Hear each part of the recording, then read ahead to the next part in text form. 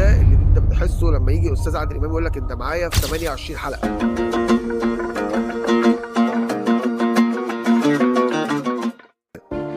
دي بتبقى مرحله خلاص بتعدي بقى مرحله الانبهار، وبتطمن شويه كده انه ايه، انه في مستقبل مختلف جاي، ان في مساحه في التمثيل خطيره خلاص، بس هتوديك في حته مختلفه. هو ده اللي انت بتحسه لما يجي استاذ عادل امام يقول لك انت معايا في 28 حلقه. 28 حلقه ده احساس مختلف خالص. فبتخش الشغل بقى بتحس ان انت كل يوم بتتعلم حاجه جديده، بتثبت لنفسك ان انت صح ولا غلط. كل يوم انا هعمل المشهد ده بالطريقه دي، انا هقول كذا، انا هادي المكتوب بالطريقه الفلانيه. وتشوف ده تاثيره ايه على اللي حواليك. يعني التمثيل خطير، بس في مرحله انت لانه بيوصل مشاعر ويوصل افكار.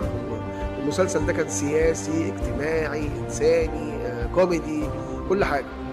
ففي افكار مهمه قوي ان انت وانت بتقولها تبقى عارف قيمتها، مش بتدلق الكلام زي ما احنا بنقول يعني. لكن وجود الاستاذ عادل امام ما بيخليكش تدلق ولا حرف ولا رياكشن، انت ساكت بس بتمثل على مستوى الفكره اللي موجوده في المشهد، وعلى مستوى الفكره اللي موجوده في المسلسل، وعلى مستوى الممثلين الموجودين حواليك.